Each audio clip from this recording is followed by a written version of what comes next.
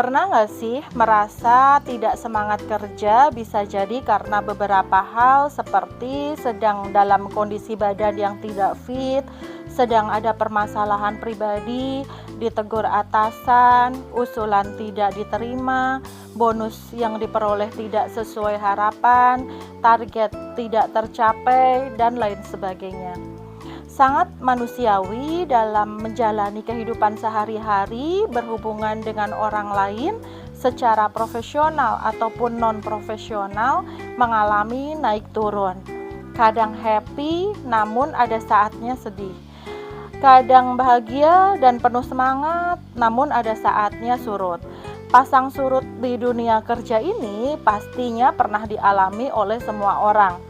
Namun kenapa kalau kita perhatikan ada orang-orang yang terlihat selalu penuh semangat dan loyalitas seakan-akan tidak pernah mengalami demotivasi.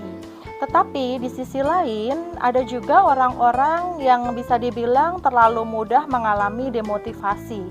Yang membedakan sebenarnya adalah respon seseorang terhadap kondisi atau stimulus demotivasi itu sendiri. Ada yang merespon positif, kemudian mendongkrak motivasi dengan manajemen habit yang baik.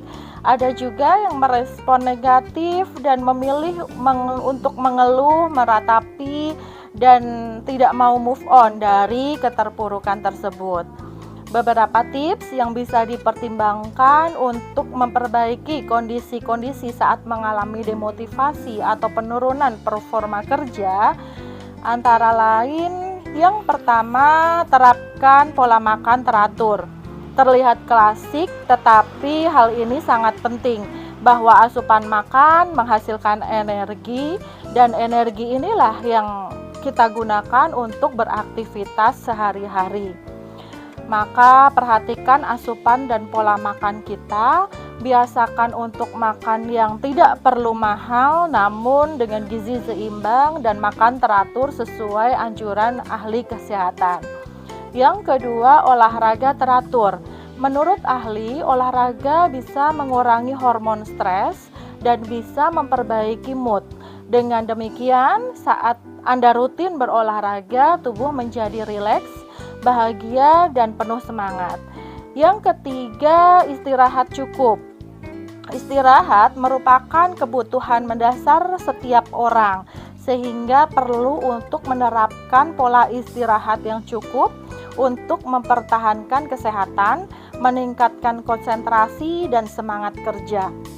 Yang keempat, menjalani hobi. Dalam konsep 7 Habits oleh Stephen R. Covey, habit ketujuh adalah mengasah gergaji. Yang dimaksud mengasah gergaji di sini adalah beristirahat sejenak dari rutinitas yang membutuhkan konsentrasi tinggi untuk memperbaharui kondisi mental dan kepenatan seseorang. Kamu bisa menjalani hobi seperti berkebun, bersepeda, membaca buku, memasak, dan lain sebagainya untuk berhenti sejenak dari rutinitas pekerjaan sehingga pikiran terasa fresh dan kondisi pikiran akan terbaharukan kembali. Yang kelima, fokus pada tujuan. Saat mengalami demotivasi, kembalilah kepada tujuan awal bekerja. Apa yang akan kita cari dan apa yang akan menjadi target kita. Hal ini dapat membantu meminimalisir hal-hal toksik yang mengganggu pikiran kita. Yang keenam, kembali bersyukur. Coba untuk melihat di luar bahwa banyak orang yang belum memperoleh pekerjaan ataupun terkena pemberhentian kerja.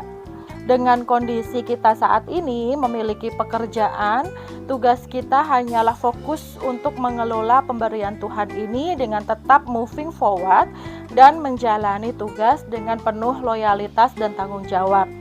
Yang ketujuh, terapkan manajemen peran dan prioritas dengan baik.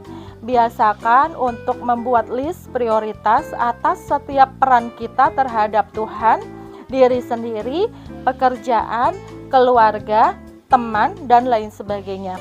Apa saja yang menjadi top list yang harus dikerjakan sekarang, misalnya tugas kantor, mana yang harus dikerjakan rutin seperti merawat diri, olahraga, servis kendaraan, check up dokter, dan lain sebagainya. Kapan juga harus bercengkerama dan kapan harus deep talk dengan Tuhan.